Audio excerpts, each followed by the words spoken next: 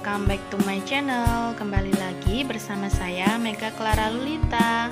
Jangan lupa like, subscribe, and komen ya. Warga negara dan penduduk Indonesia. Pada pertemuan kali ini kita akan membahas mengenai ketentuan undang-undang mengenai warga negara dan penduduk Indonesia. Status warga negara Indonesia. Siapa sih yang disebut dengan penduduk? Penduduk itu adalah orang yang bertempat tinggal atau menetap dalam suatu negara dalam jangka waktu tertentu. Apa bedanya dengan bukan penduduk? Bukan penduduk itu adalah orang yang berada di wilayah negara namun tidak berkeinginan untuk menetap di wilayah tersebut. Contohnya, turis yang masuk ke negara kita itu disebut bukan penduduk karena mereka hanya berlibur dalam beberapa waktu saja. Kemudian, siapa sih warga negara itu? Warga negara itu orang yang secara hukum merupakan anggota dari suatu negara. Sedangkan bukan warga negara itu adalah jelas orang asing atau warga negara asing.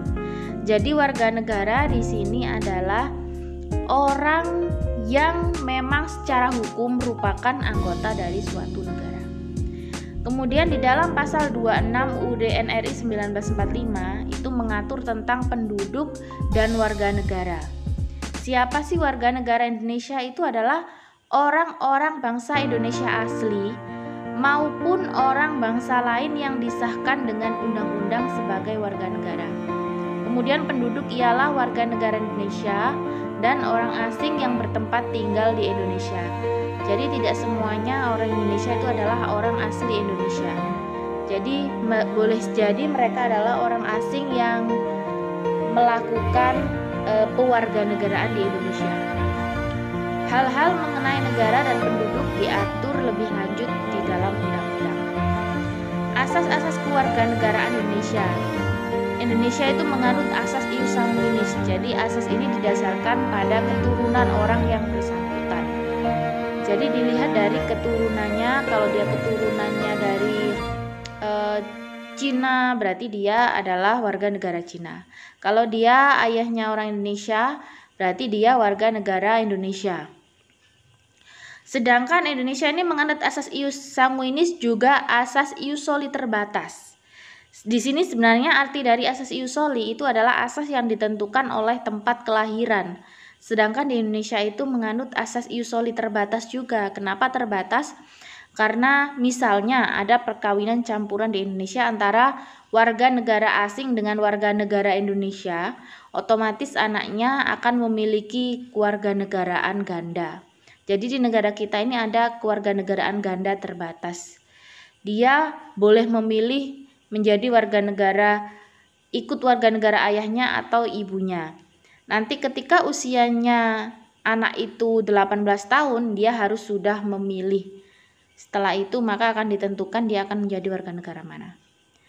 Jadi masalah yang ditimbulkan nanti apa? Akan terjadi apartheid, yaitu penduduk yang sama sekali tidak memiliki kewarganegaraan akibat dari adanya kedua asas ini. Kemudian juga ada asas bipartite. Bipartite ini asas penduduk yang memiliki dua kewarganegaraan atau dua kewarganegaraan ganda. Sebenarnya di negara kita ini tidak diakui adanya dua kewarganegaraan. Jadi otomatis harus memilih salah satu. Kemudian asas kewarganegaraan undang-undang menurut Undang-Undang Nomor 12 Tahun 2006. Ada asas ius sanguinis yaitu asas berdasarkan keturunan, asas ius soli itu asas yang didasarkan pada tempat kelahiran, kemudian asas kewarganegaraan tunggal, jadi hanya ada satu kewarganegaraan, kemudian ada asas kewarganegaraan ganda terbatas. Nah, yaitu asas seseorang yang memiliki dua kewarganegaraan tetapi terbatas.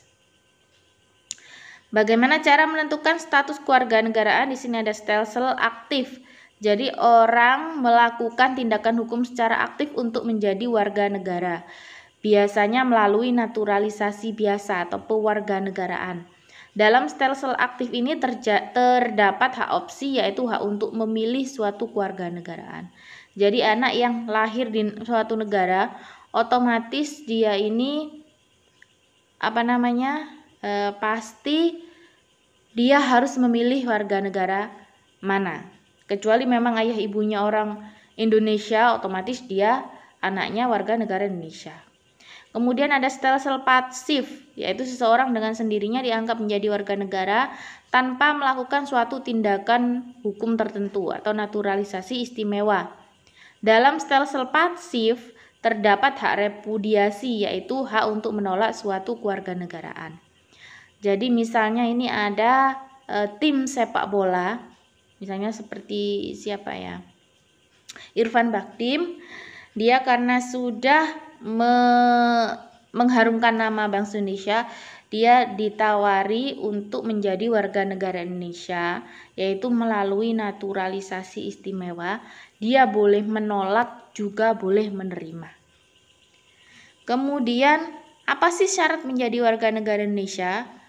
Syarat menjadi warga negara Indonesia berdasarkan Undang-Undang Nomor 12 Tahun 2006, yaitu telah berusia 18 tahun atau sudah kawin.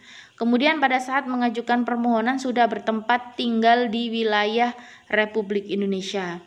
Jadi minimal kalau mau jadi warga negara Indonesia itu minimal 5 tahun berturut-turut tinggal di Indonesia atau 10 tahun tidak berturut-turut. Kemudian sehat jasmani rohani, dapat berbahasa Indonesia dan mengakui Pancasila serta Undang-Undang Dasar 1945. Tidak pernah dijatuhi pidana. Kemudian jika memperoleh kewarganegaraan RI tidak berkewarganegaraan ganda. Kemudian mempunyai pekerjaan atau penghasilan tetap. Kemudian membayar uang pewarganegaraan ke kas negara. Adapun naturalisasi istimewa dengan ketentuan Undang-Undang pasal 20 Undang-Undang Nomor 12 Tahun 2006, naturalisasi istimewa diberikan kepada orang asing yang telah berjasa kepada negara karena alasan kepentingan negara setelah memperoleh pertimbangan dari DPR RI. Tentunya harus memperoleh pertimbangan dari DPR ya. Cara memperoleh kewarganegaraan bisa melalui kelahiran, permohonan, perkawinan, ikut ayah atau ibu, atau melalui pemberian maupun pengangkatan.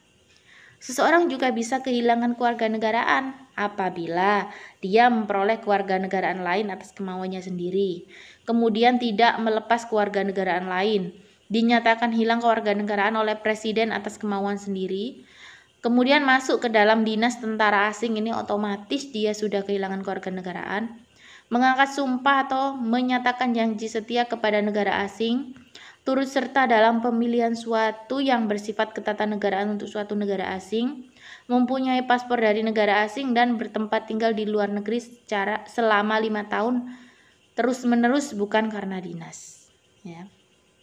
Jadi kalau kalian punya rumah di luar negeri kemudian kalian tinggali di sana 5 tahun terus-menerus, kalian otomatis bukan menjadi warga negara Indonesia.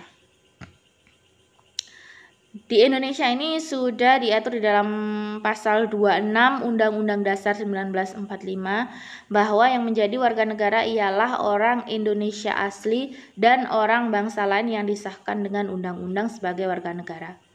Jadi sah menurut hukum, maka kalian akan disebut sebagai warga negara. Apa buktinya? Kalian punya akte kelahiran, punya KTP, punya KK, itu menandakan bahwa kalian warga negara Indonesia. Sedangkan penduduk ialah warga negara dan orang asing yang bertempat tinggal di Indonesia dalam waktu yang sangat lama. Hal-hal mengenai warga negara dan penduduk diatur dengan undang-undang. Bagaimana sih cara melakukan permohonan menjadi warga negara, yaitu dasarnya terdapat dalam pasal 10, 11, 12, 13 Undang-Undang Nomor 12 Tahun 2006 tentang kewarganegaraan, yaitu permohonan bisa diajukan kepada presiden oleh pemohon secara tertulis dalam bahasa Indonesia di atas kertas bermaterai cukup dan sekurang-kurangnya memuat nama lengkap, tempat tanggal lahir, jenis kelamin, status perkawinan, alamat tempat tinggal, dan kewarganegaraan asal. Jika permohonan nanti dikabulkan, maka ditetapkan dengan keputusan presiden yang dilakukan paling lambat 3 bulan sejak permohonan diterima. Permohonan yang dikabulkan diberitahukan kepada pemohon nanti paling lambat 14 hari terhitung sejak keputusan presiden ditetapkan. Ini biasanya sih melalui Menteri Hukum dan HAM ya. Sekian paparan materi dari Bumega. Mudah-mudahan kalian memahami apa sih bedanya warga negara dengan penduduk dan bukan penduduk, dan juga siapa yang bukan warga negara. Semoga bermanfaat. Wassalamualaikum warahmatullahi wabarakatuh.